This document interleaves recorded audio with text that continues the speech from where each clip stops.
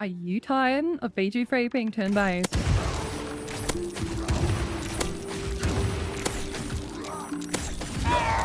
This Stealth Archer build utilizes reaction-based gameplay. It pops off early and deals seriously wicked damage. It makes honor made trivial, even playing solo. And don't worry, it's still broken in turn-based combat. Let me show you how to become the ultimate Stealth Archer. Due to the complexity of the build, the tips and tricks and how to play chapter is a must-watch in order to understand the playstyle. This is the channel darling. Yes, she is human. Yes, I've seen your comments.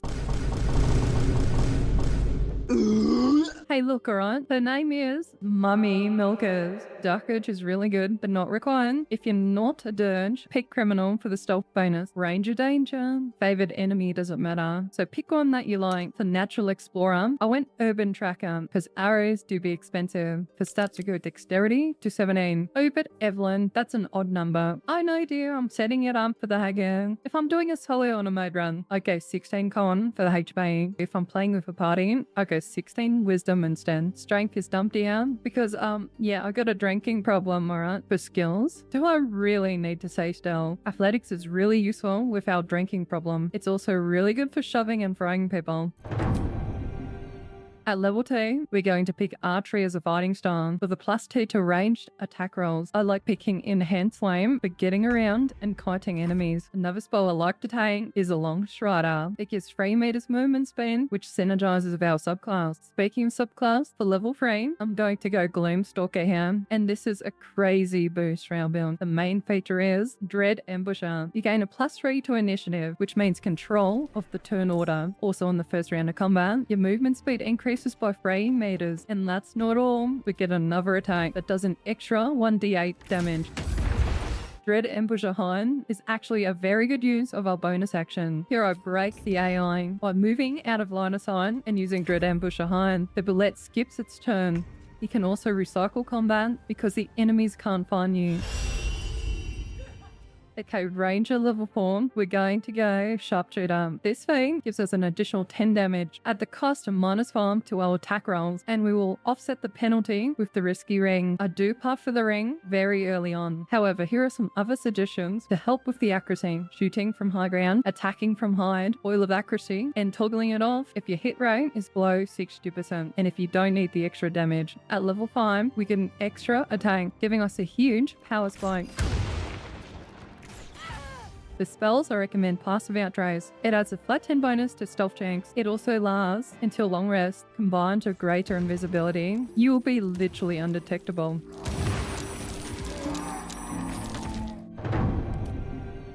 Our first multi-class Dem is at level 6, which is into Rogue. This gives us Sneak Attack, which deals 1d6 bonus damage against enemies we have advantage on. Have you heard of the risky ring? For skill proficiencies, I pick Stealth to help me avoid detection, and Athletics for throwing enemies. Level 7, we get Rogue level 2. The class action I use the most is Cunning Action Dash. This allows you to kite enemies or escape combat, or get into position for an easy shot. Okay, for level 8, we pick the Assassin subclass. The features synergize immensely with our playstyle. These include Assassinate Initiative. You gain advantage on attack rolls against creatures that haven't taken a turn. This is the biggest one. We get Assassinate Ambush. Any successful attack rolls against a surprised creature is a critical hit. Okay, if you didn't know, if you use the arrow mini targets on surprised enemies as an assassin,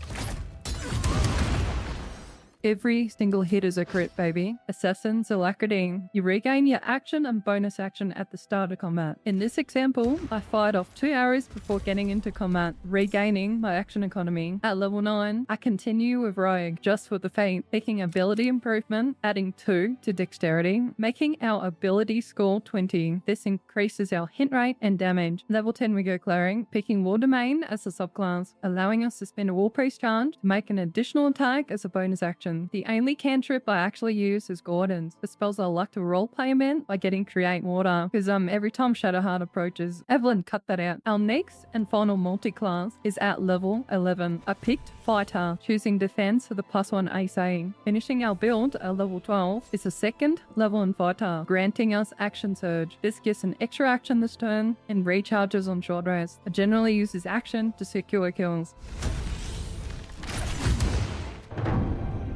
The star of the show and our forever bow is the Titanstring. To get the Titanstring, first you'll need the missing shipment found in a cave surrounded by gnolls. I usually enter through the bag and steal it without too much trouble. You'll need to wait for a quest update before continuing. We hand over this chest to Zaris, unlocking Bram's secret inventory. You can now buy the Titanstring off him, or loot it from him if a workplace accident occurs. If you missed this bow in Act 1, you can buy it off the Bugbear in Moonrise. Make sure you combine the Titanstring with a Hill Giant Elixir to add the strength modifier to your damage. Not that I'm judging.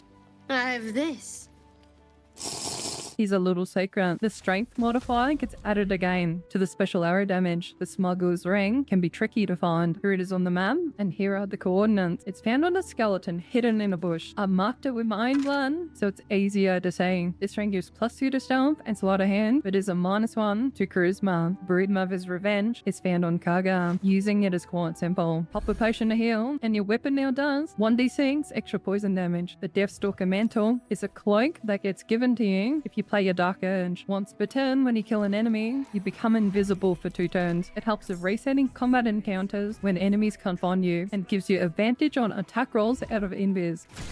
The boots of Stormy Clamour can be purchased from Emilium when you bring in Timar spores and the Tongue of Madness mushrooms from the Arcane Tower. When you inflict a condition on a creature, you also inflict 2 turns of Reverberation. When this creature has 5 or more turns of Reverberation, it takes 1d4 thunder damage and must pass a saving throw or fall prone. The easiest and most effective way to apply a condition is with Ability Drain, a passive illithid power that drains 1 dexterity from a creature on hit. Only once per turn. And it has an incredible sound. No, seriously, it's like music to me ears.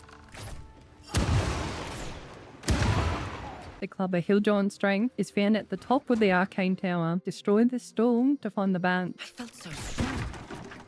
Wielding this bat increases your strength to 19, making this a good pairing with a Bloodlust Elixir. The Graceful Cloth can be bought from Esfa near the start of the mountain pass. It's a piece of clothing with the most notable feature adding 2 dexterity to a maximum of 20. I personally don't use it because its AC is too low for solo runs, and it's kinda ugly. Knife for the Undermountain King can be purchased or looted from Jira, not to be confused with Jahira at the Kresh. This knife is mainly used as a stat stink to reduce the number you need to roll a critical hit by 1. The strange Conduit ring is found in an elegant chest next to the Inquisitor. When concentrating on a spell, your weapon attacks deal an additional 1d4 psychic damage. This pairs well with Pass Without Trace because it lasts until long rest that spell. One of the Ardents in the same room as the Diadem of Arcane Synergy. It grants Arcane Synergy for 2 turns when you inflict a condition. At 16 wisdom, this adds 3 damage. Honestly, I just like it because it looks pretty. Also found in the Inquisitor's room are the gloves of Belligerent skies. Whenever you deal thunder, lightning, or radiant damage, inflict 2 turns of Reverberation upon the target. This synergizes with the Act 2 gear in the next section. Before we go, I almost forgot. The hag gear is amazing for our build,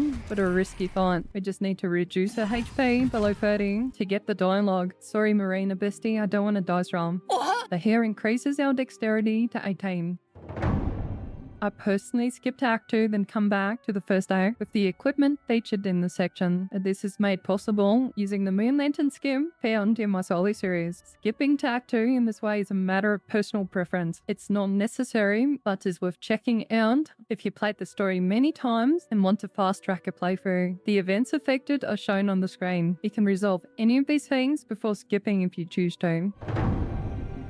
The Rescue Ring is critical for our build. It is bought from Araj, who is found in Moonrise Towers. This ring grants advantage on attack rolls, but gives disadvantage on saving throws. It greatly improves our hit rate and negates the penalties received from sharpshooter and attacking at a range. No, seriously, this ring is mandatory. Araj also sells a Ring of Reaction, which is a godsend on solo or duo runs. It allows the wearer to ignore the effects of difficult terrain and gives them immunity to being paralyzed or restrained. Next item in Moonrise is the Drakethroat Glaive, purchased from Roa Moonglow. The glaive is used to cast Draconic Elemental Weapon, granting +1 to our attack and damage rolls. We also get a choice of 1d4 elemental damage. I usually pick Thunder to synergize with the gloves. Remember to cast it on the Titanstring. Trust me, it makes a big difference.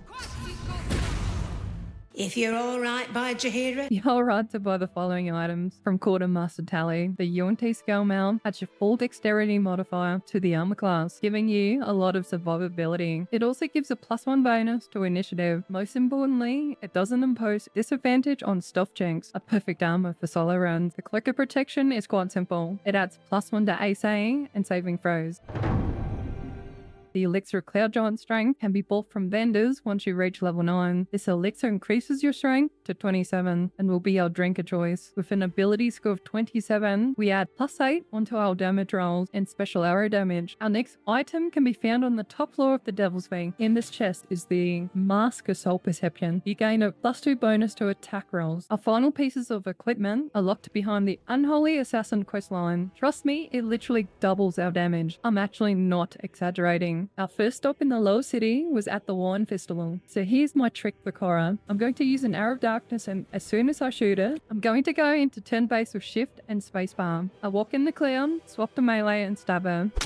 This starts the Unholy Assassin questline. Old Mate shows up and tells us we must murder once more and remove our victim's hand. Continuing the Unholy Assassin questline, we find Nesha, one of the murder victims, outside the Blushing Mermaid. Same technique here, Darkness Arrow, turn base, swap to my knife and stabby, obtaining her hand in the process. After our second kill there, Old Mate approached us and gave us a keen passphrase to Candle Hollow. If you fail this check, you can just move the painting.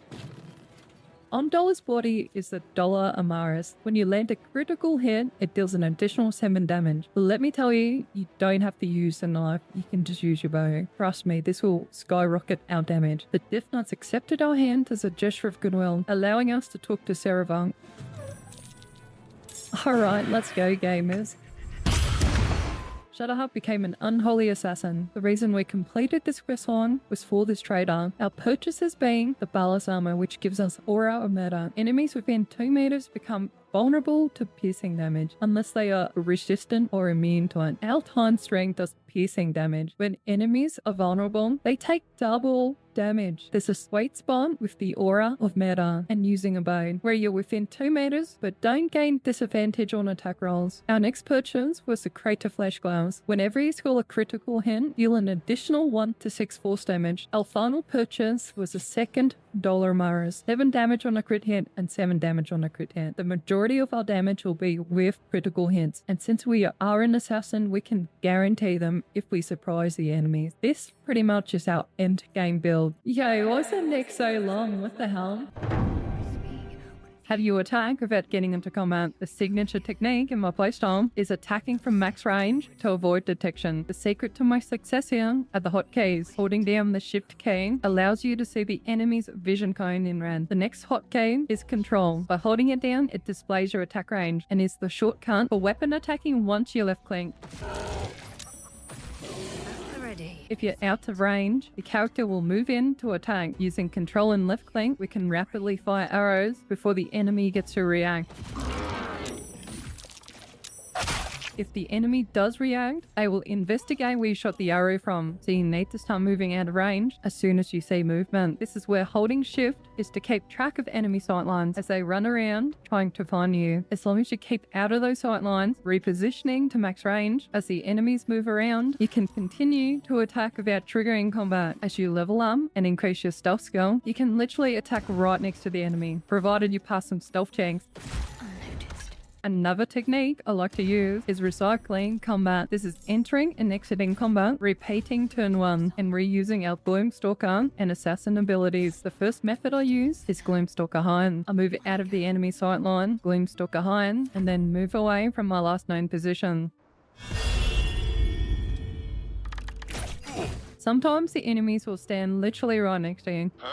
Another method uses invisibility. Pop an Invis potion or get a kill using the Dark Urge game. The enemies will go to your last known location and try to reveal you, ending the combat cycle. The last method involves playing combat, move enough distance away by using bonus action dash or enhanced leap. Passive Outrace and Greater Invisibility is one of the most broken combos in Baldur's Gate 3, almost allowing us to attack infinitely. We can keep attacking until we lose our stealth checks, or run out of turn duration. With greater Invis, the first stealth check is 15 and the following is 17, increasing by 1 per check. This is where Persevere Trace comes in, adding a flat 10 to our stealth checks. If we consider our build, we have a plus 25, making it very difficult to lose our Invis. How do you trigger surprise rounds? For assassin ambush crits, attacking the enemy from invisibility will trigger the surprise round. Using a bonus action such as Hunter's Mark is a pretty consistent way to do it as well, provided you are within the enemy's vision radius. My buff routine is quite simple. Pop a strength elixir for the day, elemental weapon the bow, cast long strider and persevere trace. If I'm fighting a boss with a high armor class, I coat my bow with an oil of accuracy, which adds +2 onto attack rolls. The Aura of Murder applies to enemies within 2 meters. You can check if it's applied by looking at the enemy status or description. There is a sweet spot you can stand. Okay, see here it says enemy too close, but if I move over here, I have advantage from the rescue ring and can still apply the aura. An alternative is just to give the armor piece to an ally. There's something I gotta show you. The elixir double dipping and damage rider interactions are crazy. Okay, let's fire an arrow. 241 damage? Not bad. The attack roll dipped our Dolor Amarus twice for 14 damage and our Elixir for 8. The damage was then doubled because of the Bhaalist Armor. Our special arrow had the same treatment as well. The Craterflesh Gloves triggered twice. The Elixir dip happened 4 times and the Dolor Amarus happened 8 times. And that is why I picked these items. Thanks for watching. I spent hundreds of hours refining this build and playstyle, and it's been a pleasure to share it with you. Please let me know if you get your golden dice using the build, and subscribe only if you want to. If you do need a walkthrough, please check out my solo series.